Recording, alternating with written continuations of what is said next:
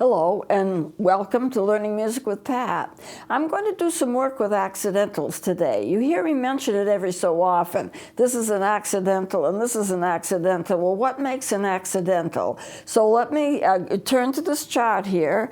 An accidental is any change, usually a sharp or a flat, although sometimes it can include naturals as well, that's not in the key signature. So, for example, a sharp, this is a sign for a sharp, and it always raises a tone by 1/2 step. And this is a flat, that always lowers a tone by 1/2 step. And this is a sign for the natural. Now let me put up some charts here. This is not an actual song. I've written some actual songs, but this is just a group of notes.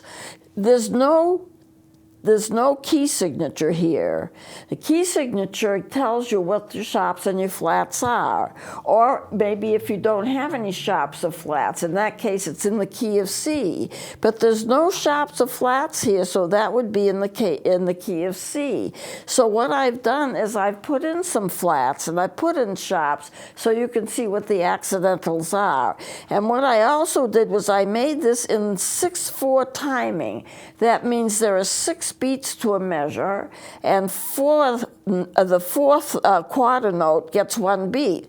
1, 2, 3, 4, 5, 6. I did that deliberately so I could change accidentals within a measure.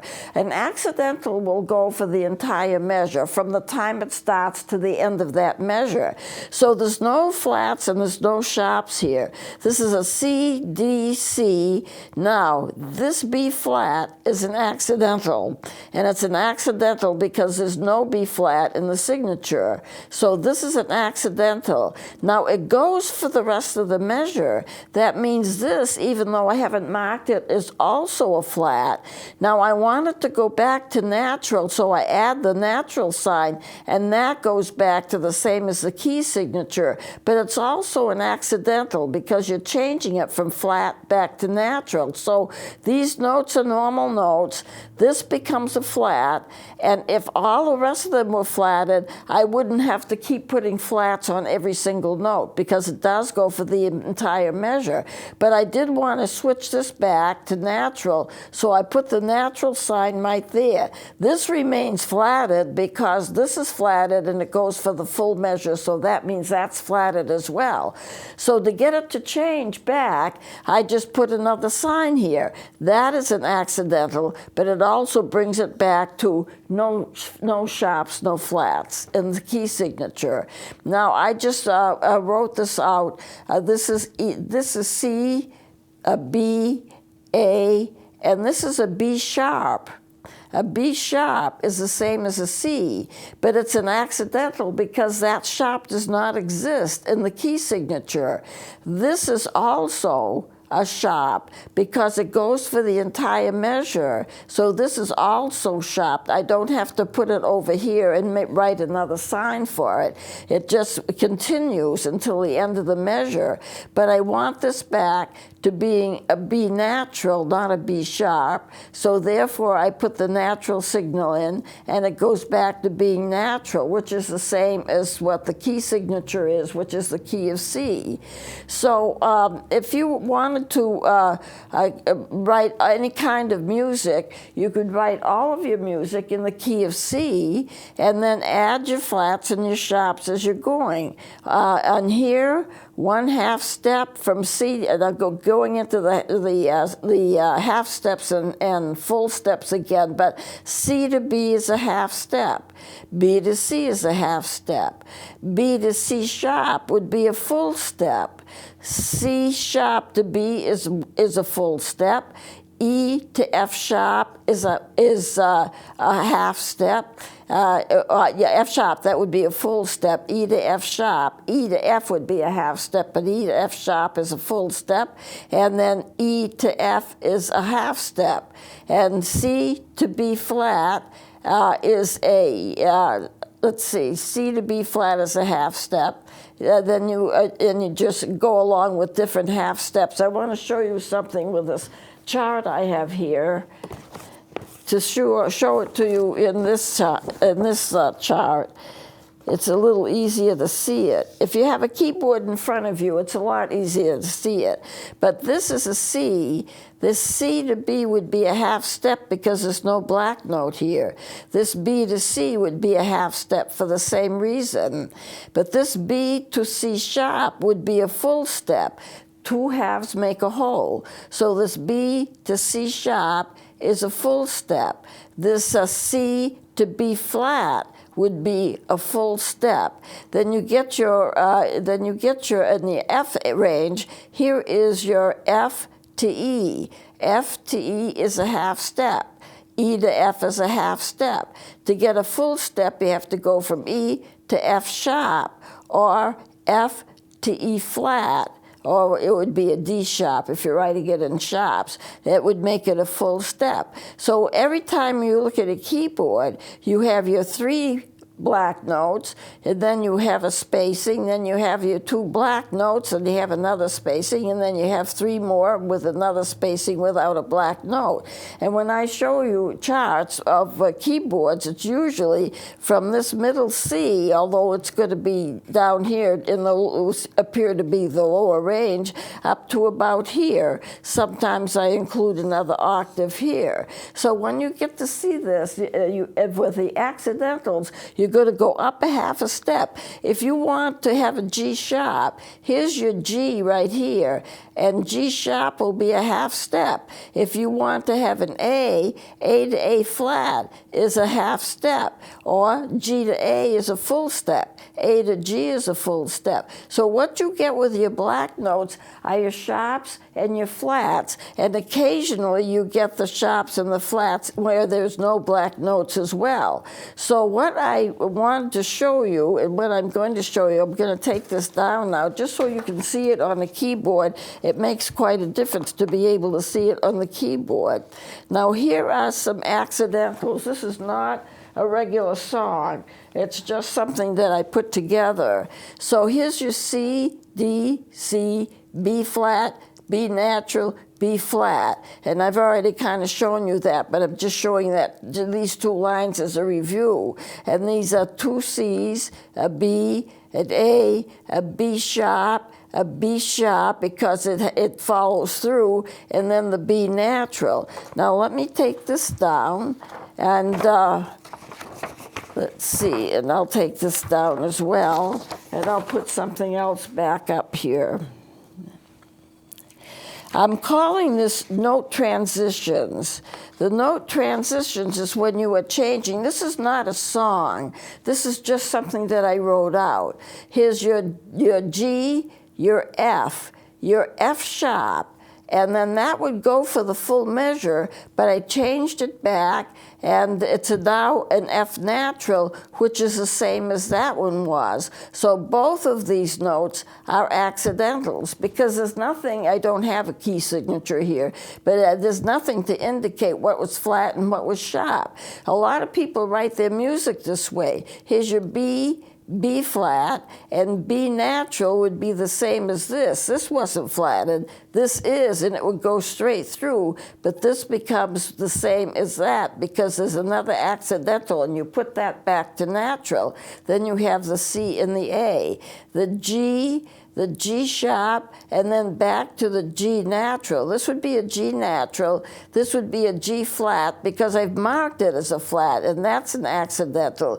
And this natural goes back, so it's the same as this, but it's also an accidental because of the fact that I have changed it from what it was. G sharp, A flat, A natural. And so I want to show you some fingerings for these. And the reason I want to is that it's going to come up in the music. So supposing if you look at this instrument here, notice I've got my fingers curved the way that they need to be. And I've got all of these notes covered, including the tone hole.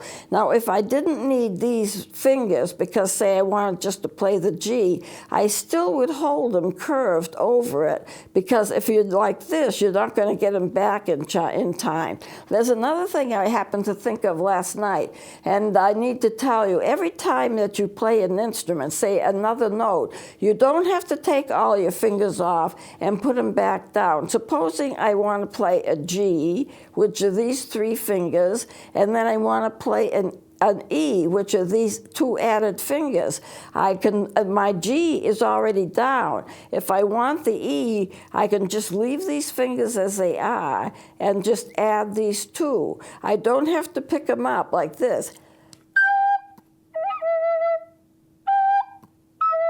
Some students have the idea that every time you play another note, you have to pick up all your fingers and put them back down for the next note. You don't have to do that. If your fingers are already halfway down, for a number of them are down for the next note you're playing, keep them there and then add the others as you need them. And then when you need an A, of course, you'd have to put this one up. Or if you needed a B, you put both of these up. But the thing is, when you have your fingers on the instrument and you have to play an extra note, and some of these fingers are needed for the extra note that you're going to play or the next note that you're going to play, don't pick them up and put them back down. Leave them where they are and just add the fingers as you need. So when it comes here, and I'm going to show you the fingerings, F sharp, F natural. These are accidentals. So if you look at my hands, you know that with the way that I started, B, A, G, F,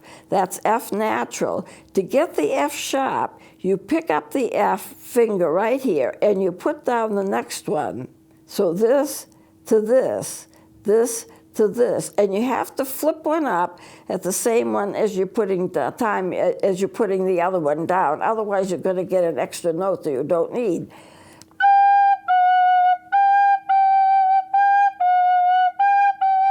That's the F sharp right there. If I want the F, pick up this and put that one down.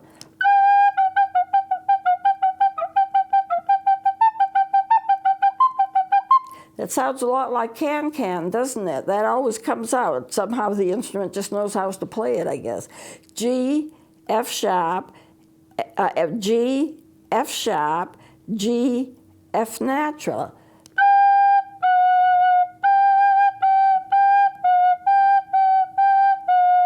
And so these, the thing about all of those notes is when I have the G down, I need those 3 fingers for these extra notes. I need those 3 fingers for the F sharp. I need those 3 fingers for the F. And if I want to play an E, I need these 3 fingers and these 2 down. So don't pick them up. Keep picking them up and keep putting them back down for each note. They're already there. They're already needed. Just keep them there and add the extra notes that are needed. So you don't have to do it. It saves a lot of manipulation that way, and you're going to get your note right. So there's your F sharp. And the F natural, pick this up, pick the middle finger up, and put the first finger down of the right hand. If you want an E, you just add another note. You want the D, you add another note.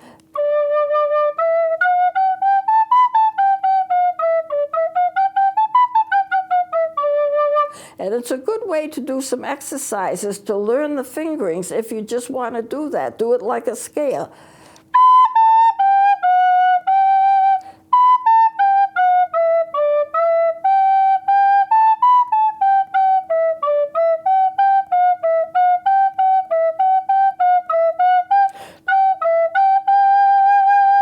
And if you want the octave on that G, just pull that thumb down to a half-hold position, and you're going to get it.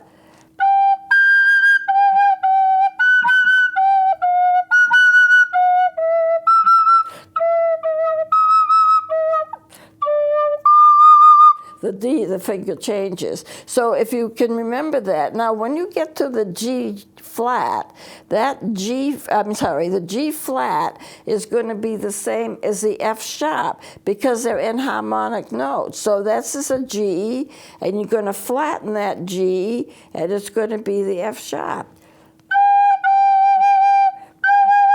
Now, if you want to sharpen the G, there are two ways of doing it.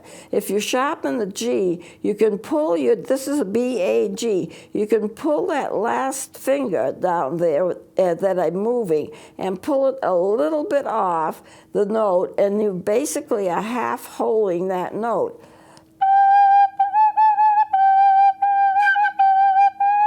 Or you could do it another way, which is more accurate, and if you want that G sharp, you take that off and you put these two down instead.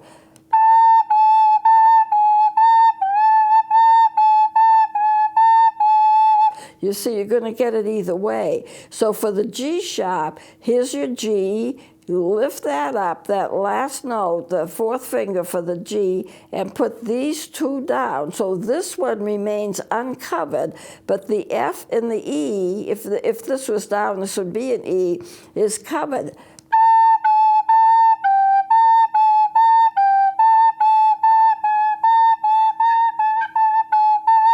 So which do you use? Well, the accurate fingering would be this one. But if I have if I'm playing a solo, or I'm doing a work and I'm doing a lot of scale work, I may want to take and just move this a little to the left and get that G sharp that way. And it will work. If I'm doing something and I'm playing a long passage or it's a lot of fast notes, it may be easier for me just to do that instead of doing this. But the more accurate pitch, of course, is going to be this. And this is the way the recorders would play it. But you can kind of fudge it a little depending upon what you're playing. Now, I do a lot of classical music, and I do a lot of solo work.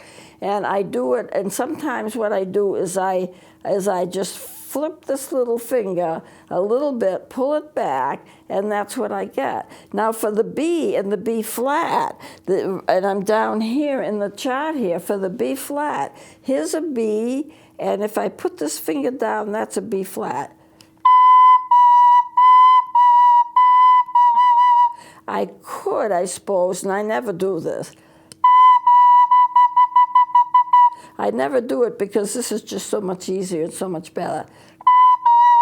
And a lot of times when I'm putting that finger down for the B flat, I also put down a couple of fingers on the right-hand side. B, space it, put that down. F, as if it were, space it, put that down.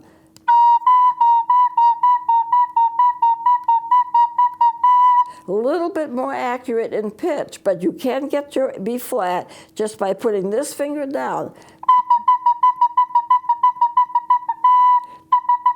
It's much more accurate than you're trying to do it with this finger, although with this finger you could do it. There is a fingering on the saxophone. Basically, I'm a saxophonist, and there is a B flat, and you do the same thing. But there's a little tiny key on the saxophone. Nobody ever uses it. I'm not even sure why it's there, but it is a B flat fingering, and it's just not very convenient to use, not very accurate to use. Instead, B flat. There are 5 fingerings to B flat on a saxophone. Now, I'm not teaching a saxophone, so I don't have to show you all those 5 fingerings. But which fingering you would use, and you never use this, although it's there and can be used, which one you use depends upon what notes are coming before that B flat and which notes are coming after that B flat. And you choose which is the best and most convenient fingering of the 5, and that's what you use. And you practice it with that fingering in mind. But here, during the recorders, all you have to do for that B flat, you can see when I put this finger down, it deepens the tone a little bit, lowers the tone a little bit more, makes it more accurate. See that? You can hear that. But that's what I usually do, and that makes it good. So the G sharp, the F sharp, like this.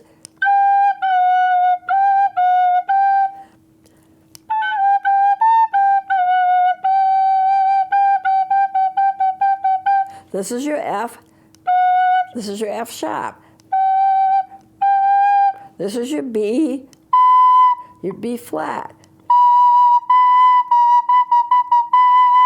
And then and also remember, when you have your fingers down, the next note in, if you need those fingers, don't pick them up and put them down again, as some people try to do. I've seen students try to do this. They're already there. You need it for the next note. Just leave them there and then add the fingers that you need. And that will help you a whole lot. So let me take this, and I do have music that I've written out. I'm going to, let's see, put another one up. I don't know if we have a chance. I did write a song to show you how to play the F sharps. The easiest way how to learn how to play the accidentals is to have music, not that you can play, a song that you can play.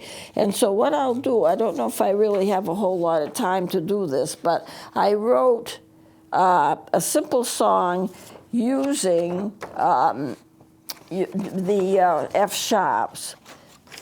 Now remember, if it's in the key signature, you don't have to mark it out. For example, F sharp is in the key signature.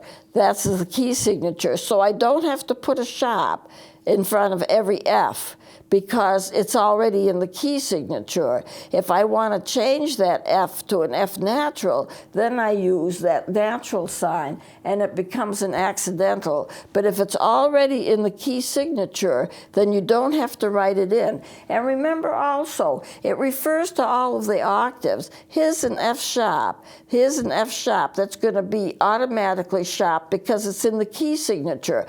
But the F on the higher octave is also sharp. It refers to any F, no matter whether it's a lower F or a higher F, no matter how it appears, or if it was an F way up, like the flute could play. If it's an F sharp or a B flat, whatever it is, it's for every single octave, and it's going to go for the whole measure. So let me just run through this. I'm going to do it next segment, but just let me run this through so you can hear it.